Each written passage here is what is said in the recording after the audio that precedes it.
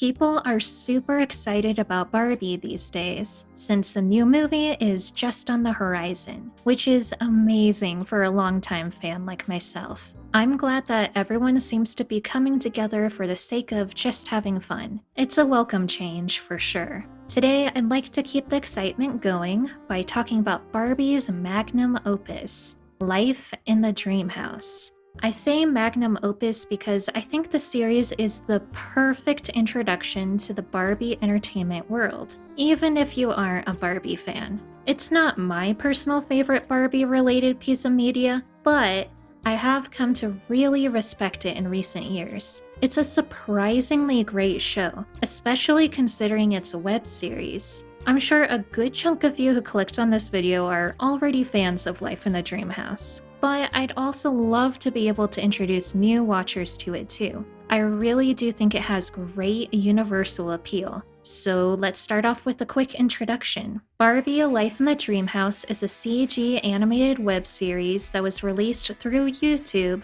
as well as Barbie's official website. It aired from 2012 up until 2015, so it's over a decade old at this point. The show is unfortunately kind of hard to watch currently. Netflix does have it, but they just made episode compilations that don't even cover the entire series. Fortunately, fans were nice enough to preserve all the episodes on YouTube, even after the official channel took them down for some unknown reason. It was kind of annoying trying to watch everything in order since the episodes are scattered across different channels, but no need to despair. I made a new playlist that covers each episode in chronological order for anyone interested. I'll have a link in the description and add a card on screen too. Fingers crossed the episodes don't get removed anytime soon. I've talked quite a bit about the show so far, but we still haven't covered what it's actually about. Life in the Dreamhouse follows Barbie and her sisters as they live their day-to-day life in their Malibu dream house and hang out with friends. It's rather lighthearted and rooted in comedy. More noteworthy, however, is the fact that this series uses a reality TV show format, scenes cut to one-on-one interviews with the cast office style, and occasionally the existence of the camera crew is acknowledged. There was even an episode where Barbie and her friends meet up on another show in order to recap the previous season as a way of promotion.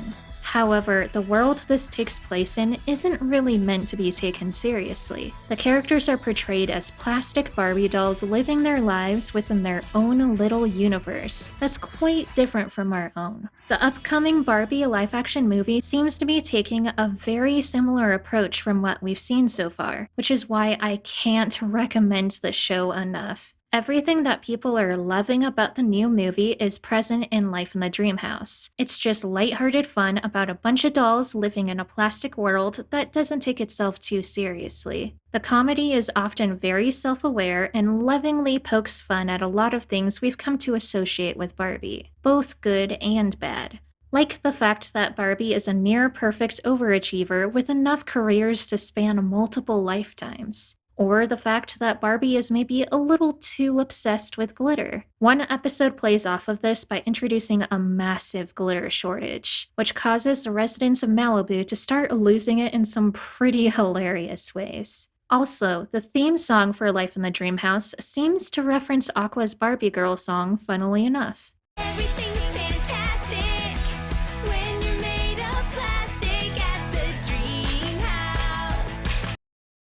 But despite the fact that Life in the Dreamhouse likes to make fun of Barbie, it's never done in a mean-spirited manner. It's just funny. And there's still plenty of love for Barbie to be found. There are quite a few Easter eggs. Barbie's vintage swimsuit appeared twice. Midge was introduced in her original style, songs from the CG films were used, and there was a funny joke when Chelsea was mistakenly called Kelly, whom she ended up replacing as Barbie's youngest sister.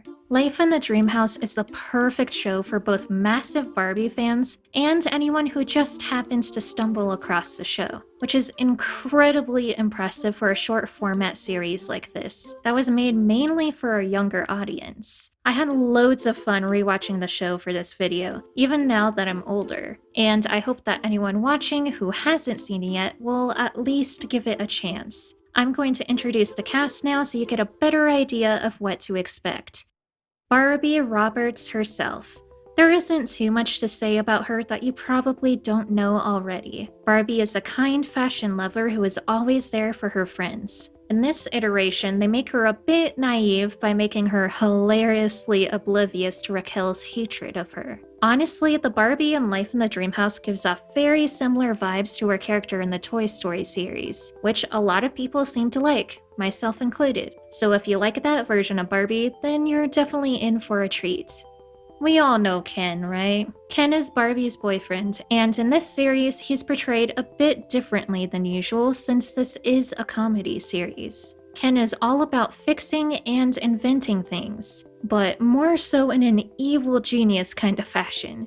He always means well, but his projects are way too ambitious and have hilarious consequences, including accidentally creating an evil robot that controls Barbie's closet. Ken is super devoted to Barbie to the point that he has Barbie senses that tingle whenever she's in some sort of pinch. On paper, his character may not seem all that special, but in action, he ends up stealing a lot of scenes he's in because of just how ridiculous he can be in a super entertaining way. Raquel is Barbie's nemesis. Even though Barbie herself is completely oblivious to this fact, Raquel embodies the mean girl as if it were her spirit animal. She is the best part of the series by far and is absolutely hilarious to watch. Raquel is always trying to find a way to get into the spotlight and desperately wants to steal Ken away from Barbie. But she always fails miserably and is absolutely shameless in the best way possible. Most of the laughs I got from the show were thanks to Raquel and her extremely extra personality. Honestly, she's one of the main reasons I recommend giving the show a chance. She's just that fun of a character.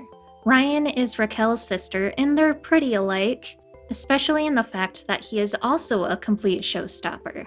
Ryan's character follows a failed artist trope, but he's completely clueless about his lack of real talent. Similar to Raquel, he's after the love of someone who is already spoken for. So he and his sister often scheme together to try to break up Barbie and Ken, which obviously never works. I loved Ryan's character. His lack of self-awareness and utter confidence in himself despite the fact that he never gets a girl or gets recognized as an actual musician makes for a hilarious combo. Ryan and Raquel may not be winners within the actual show itself, but they are by far the best part of Life in the Dreamhouse by a long shot. There are quite a few other characters, so I'm gonna speed run the last bit here. I am skipping over some of them as a heads up. I'm skipping Grace and Summer since they show up later in the series. And there's not much to say about the pets either, so they're also getting skipped. So let's get through the rest of the more prominent characters real quick. Skipper is Barbie's oldest sister and a total tech addict. She's always plugged into something and is really into creating things like music, blogs, and podcasts. Skipper plays the part of a stereotypical teenager in the series, but I really liked her here. Granted, I've always had a soft spot for Skipper. I can relate to her quite a bit, but that's beside the point. I think her character is actually pretty fun here, too. She is rebellious and antisocial, but not to the point that it ever gets annoying. Stacy is the second oldest Barbie sister and is the athlete of the family. There's not too much to her character, she just plays sports and is a bit bossy sometimes, but similar to Skipper, I never really felt annoyed by her at any point. Chelsea is the baby of the family, but don't let her age fool you. She may be obsessed with things like cupcakes and unicorns, but she also has an impressive vocabulary and can be surprisingly intimidating at times. Nikki is Barbie's friend and kind of brings everyone back down to reality. She plays the straight man in this comedy series and does a good enough job of it. I liked her well enough. Teresa is another one of Barbie's friends. She plays the airheaded character that we've come to expect with series like this. Not really much else to say about her, but she had some funny lines every once in a while. And lastly, we have Midge, another one of Barbie's friends. She moves in from Willows, Wisconsin, and is really behind the times in quite a comical way. I personally love Midge. She's like a cute old grandmother put into the body of a teenager, and she's just a joy to watch because of how different she is compared to the other girls in the series. And those are all of the characters I'm going through for now. There are still a few more, but I don't want to bore you all unnecessarily. The amount of characters in the show may seem a bit overwhelming. However, because the show shifts focus constantly, it works itself out rather nicely. The characterization isn't anything special considering that this is a short-form comedy, so everyone is kind of just left as a character trope and nothing more. But the comedy of the series, as well as the likability of all the characters, pulls everything together so that it feels like much more than just a bunch of tropes thrown together haphazardly. I really can't emphasize how surprisingly funny the show is. However, I'm not going to sit here and explain the jokes to you, because that would just ruin the comedy and wouldn't really be helpful to anyone. So instead, I'm going to have a quick compilation of my favorite jokes in the series. Fingers crossed that we can get this montage through copyright. It's our 43rd anniversary. 43rd anniversary of the first time we held hands. Can't find a greeting card for that. Taffy, if I'd wanted that reaction, I would have played it for my agent. She could use a little muscle tone. Woo woo! Not everyone has a plastic six-pack, Ken. Come on, Raquel isn't that devious. Yes, I am. I love your costume, Barbie. So simple, yet so very simple. And the sweeper passes to center, who passes back. Jostled separately. May cause cooties. Do you? Oh, you found the tub. What is it you're soaking in? Ridiculously expensive French perfume. What happened? Did you cut your hair? You know it never grows back. Oh, I'm looking for something guaranteed to wow a girl and make her dump her dopey boyfriend. I needed number 32! I just love being a mentor and helping someone improve, and Raquel's got so much room for improvement. Wait, that came out wrong. That Teresa is the most self-absorbed, stuck-up, snob-noxious little diva I've ever seen. I'm impressed. Welcome to House of Raquel. It's House of Raquel! Roll those R's! We can work this out! Forget it! I'm not going with someone who doesn't respect my privacy. Watch the video I posted online about it.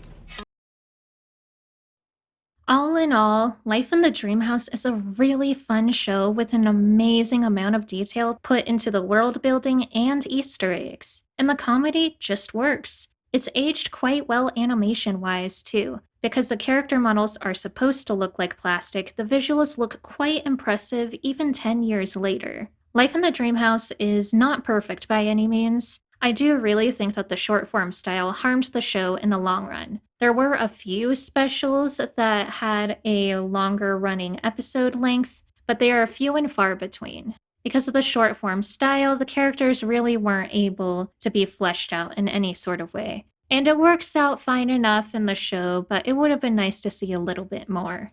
And much like many other series, I have found it hard to get through the last season. It wasn't horrible, but the last season lacked charm compared to the other ones, which was kind of a bummer. But still, the show did a great job overall in my opinion. I really, really recommend you to give it a chance if you haven't already, especially if you plan on checking out the live-action movie. They're giving off the same energy to me, which makes me incredibly hopeful. Let's pray that our excitement isn't all for naught, and that we can get another taste of what Life in the Dreamhouse offered us over a decade ago.